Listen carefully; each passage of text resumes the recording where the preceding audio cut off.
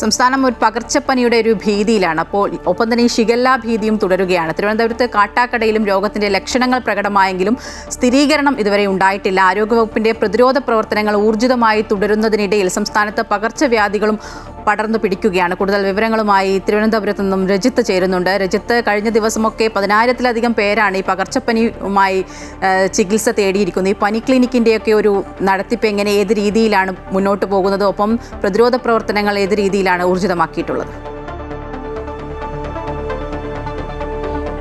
സർക്കാരിന്റെ പ്രതിരോധ പ്രവർത്തനങ്ങൾ വളരെ സജീവമായി തന്നെ മുന്നോട്ട് പോകുന്നുണ്ട് എന്ന് പറയുമ്പോൾ തന്നെയാണ് ഇപ്പോൾ ഈ പകർച്ചപ്പനി സംസ്ഥാനത്ത് വളരെ വ്യാപകമായി തന്നെ തുടരുന്നു എന്നാണ്. ഷിഗല്ല കേസുകൾ റിപ്പോർട്ട് ചെയ്യുന്നുണ്ട്. ഒപ്പം തന്നെ നിപ്പയും സംസ്ഥാനത്ത് നിപ്പയുടെ ഭീതിയും നിലനിൽക്കുന്ന സാഹചര്യത്തിൽ തന്നെയാണ് ഈ മറ്റ് പകർച്ചവ്യാധികളും പടർന്നു പിടിക്കുന്നത് എന്നതാണ് ഏറെ ശ്രദ്ധേയമായ കാര്യം. ഇന്നലെ മാത്രം 132ഓളം ഇതുവരെ 132ഓളം കേസുകൾ ഷിഗല്ലയുമായി ബന്ധപ്പെട്ടുകൊണ്ട് റിപ്പോർട്ട് ചെയ്തെങ്കിൽ അത്ര കണക്കുകൾ അത്രത്തോളം വരുന്നില്ലെങ്കിലും 85 പേർക്കാണ് കഴിഞ്ഞ ദിവസം മാത്രം പനി, അത് ഡെങ്കിപ്പനി ബാധിച്ചിരിക്കുന്നത്. ഇന്നലെ മാത്രം റിപ്പോർട്ട് ചെയ്തിരിക്കുന്നത്. ഇന്നലത്തെ സർക്കാരിൻ്റെ കണക്കുകൾ പ്രകാരം തന്നെയാണ് 85 പേർക്ക് ഡെങ്കിപ്പനി റിപ്പോർട്ട് ചെയ്തിരിക്കുന്നത്. അത് ഒരു മാസത്തെ കണക്കുകളിലേക്ക് എത്തുമ്പോൾ 758 പേർക്ക് എന്നതാണ്. 2 മരണവും ഇതുമായി ബന്ധപ്പെട്ട് ഉണ്ടായിട്ടുണ്ട് എന്ന കാര്യം ഏറെ ശ്രദ്ധേയമായ ഒരു കാര്യം കൂടിയാണ്. അതേ സമയത്ത് തന്നെയാണ് എലിപ്പനിയും. അത് ഇന്നലെ 8 പേർക്ക് റിപ്പോർട്ട് ചെയ്തെങ്കിൽ ഇതുവരെ ഈ ഒരു മാസത്തിനുള്ളിൽ 107 പേർക്ക് എലിപ്പനി റിപ്പോർട്ട് ചെയ്യുന്ന ഒരു സാഹചര്യവും 2 മരണവും അവിടെയും റിപ്പോർട്ട് ചെയ്യുന്നൊരു സാഹചര്യമുണ്ടായി. അങ്ങനെ മറ്റൊന്നുള്ളത്, ഏറ്റവും പ്രധാനം മഞ്ഞപ്പിത്തം കൂടി ഈ ഭാഗങ്ങളിലൊക്കെ പടർന്നു പിടിക്കുന്നു എന്നത് തന്നെയാണ്.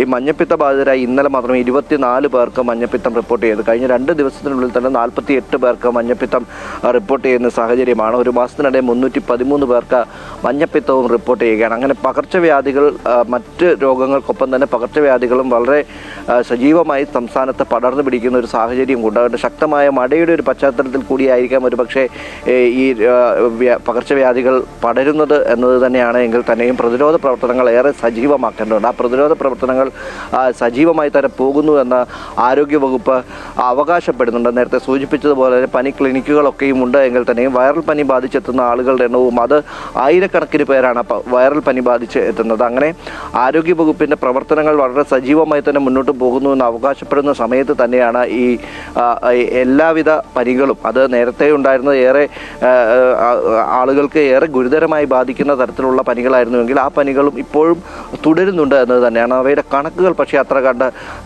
വ്യാപകമായി തന്നെ വരുന്നില്ല. ഈ ഷിഗല്ലയും ഒപ്പം തന്നെ നിപ്പയും വളരെ സജീവമായി തന്നെ ചർച്ചയിലാകുമ്പോൾ മറ്റു പനികൾ ബാധിച്ചുള്ള മരണവും സംസ്ഥാനത്ത് തുടരുന്നു എന്ന കാര്യം കൂടി ശ്രദ്ധേയമാണ്. ആരോഗ്യവകുപ്പിൻ്റെ പ്രത്യേക ശ്രദ്ധ ഇക്കാര്യത്തിലുണ്ടാകേണ്ടത്. തദ്ദേശ സ്വയംഭരണ സ്ഥാപനങ്ങളുടെ ഭാഗത്തു നിന്നും ഈ പ്രതിരോധ പ്രവർത്തനങ്ങൾ കൂടുതൽ സജീവമായി നടത്തേണ്ട ഒരു കാലഘട്ടം കൂടിയാണ്. അതിൻ്റെ പ്രവർത്തനങ്ങൾ ഈ ഷിഗല്ലയുടെയൊക്കെ പശ്ചാത്തലത്തിൽ ആ സ്ഥലങ്ങളിലൊക്കെ ഇപ്പോൾ ഒരു പക്ഷേ കൂടുതലായി റിപ്പോർട്ട് ചെയ്യുന്ന സ്ഥലങ്ങളിലൊക്കെ പ്രവർത്തനങ്ങൾ വളരെ സജീവമായി തന്നെ മുന്നോട്ട് പോകുന്നുണ്ട് എന്ന് പറയുമ്പോഴുമാണ് ഈ പനികൾ കൂടി, ഈ തരത്തിലുള്ള പകർച്ചവ്യാധികൾ കൂടി സംസ്ഥാനത്ത് വളരെ സജീവമായി തന്നെ പടരുന്നു എന്ന കാര്യം ശ്രദ്ധയിൽ വരുന്നത്.